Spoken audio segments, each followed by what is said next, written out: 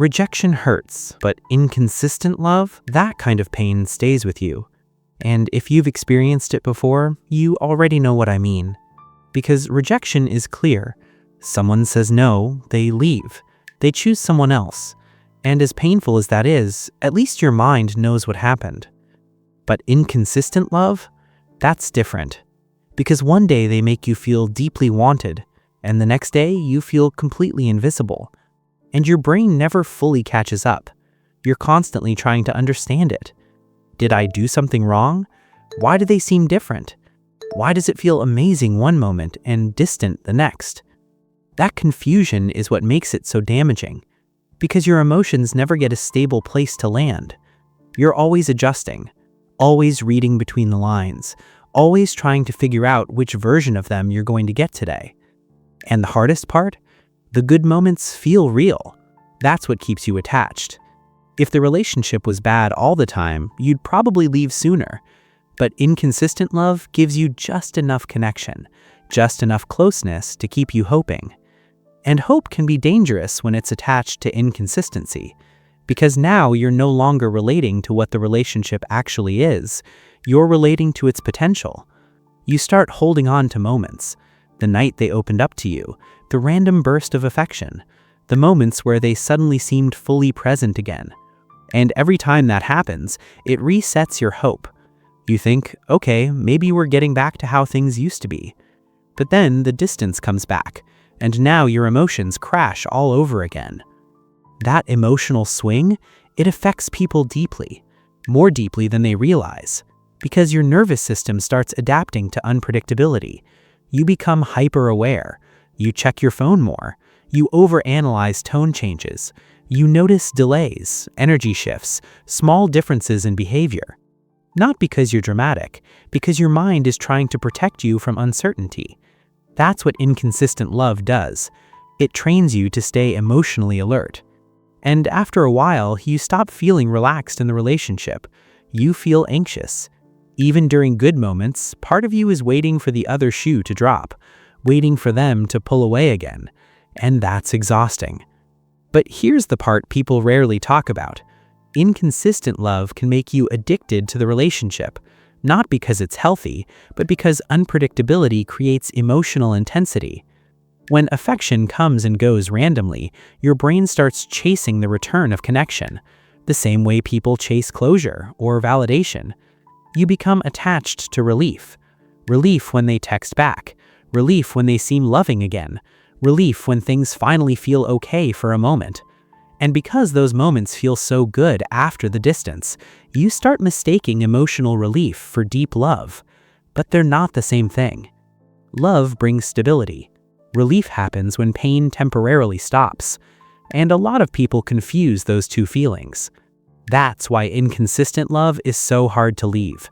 Because you're not only grieving the person, you're grieving the version of the relationship you keep hoping will finally become permanent. And honestly, that can mess with your sense of self over time. Because when someone's energy keeps changing, you naturally start looking inward. You wonder if you're the problem, if you're too emotional, too needy, too sensitive. So now, not only are you confused about the relationship, you're confused about yourself. And that's where the real damage happens. Because healthy love doesn't make you question your worth every week. It doesn't make you feel secure one day and unwanted the next. It doesn't force you to constantly decode someone's behavior. Real love is consistent. Not perfect, not intense every second, but emotionally steady. You know where you stand. You're not constantly trying to earn reassurance. And honestly, once you experience consistency, you realize how exhausting inconsistency really was. You realize how much energy you spent trying to maintain emotional stability in a relationship that never fully provided it. And sometimes, people stay in these dynamics because inconsistency feels familiar. Maybe they grew up around emotional unpredictability.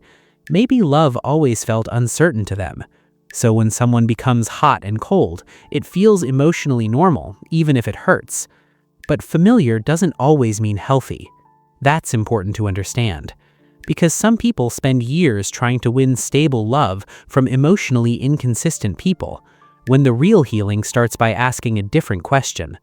Not how do I make them consistent, but why am I staying connected to something that keeps hurting me? That question changes everything, because now the focus shifts back to you, to your boundaries, your emotional patterns, your understanding of what love should actually feel like. And real love shouldn't feel like emotional survival. You shouldn't have to constantly recover from it. You shouldn't feel addicted to moments of basic affection. You should feel safe, seen, emotionally at peace more often than emotionally confused.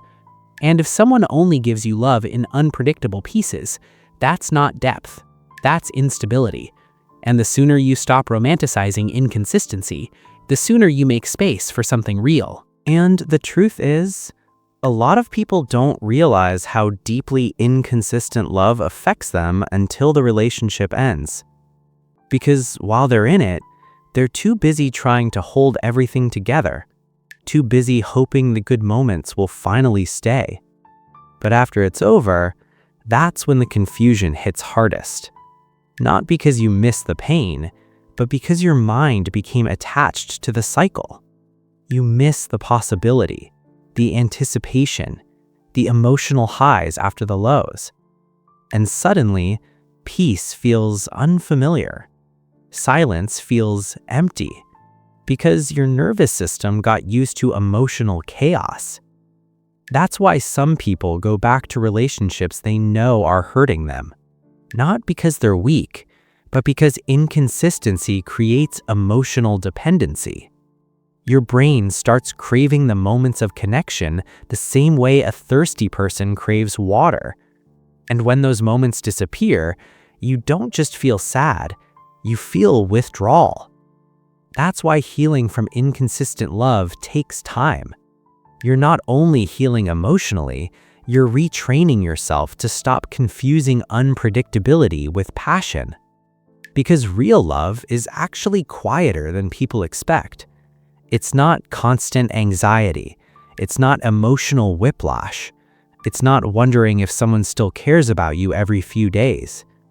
Real love feels calmer, more grounded. And for someone who's used to inconsistency, that calmness can almost feel boring at first. Not because healthy love is boring, but because your body got used to intensity. You got used to earning affection instead of receiving it naturally. And once you realize that, you start seeing your relationships differently. You stop chasing mixed signals. You stop romanticizing people who only show up halfway. You stop holding on to potential while ignoring reality. Because potential can keep people stuck for years.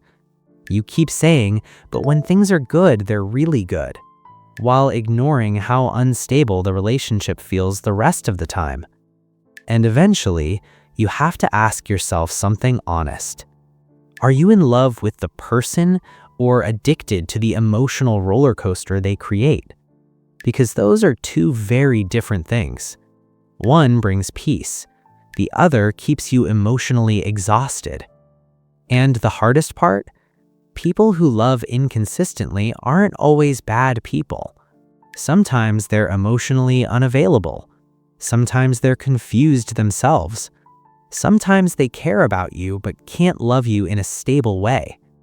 But regardless of the reason, you still have to protect yourself. Because love should not leave you emotionally starving. You deserve consistency, not perfection, not someone who gets everything right, just someone whose care doesn't disappear every time their mood changes, someone who communicates instead of vanishes, someone who makes you feel emotionally safe, not emotionally addicted. And once you experience that kind of love, you'll finally understand something. Peace was never boring. You were just used to chaos.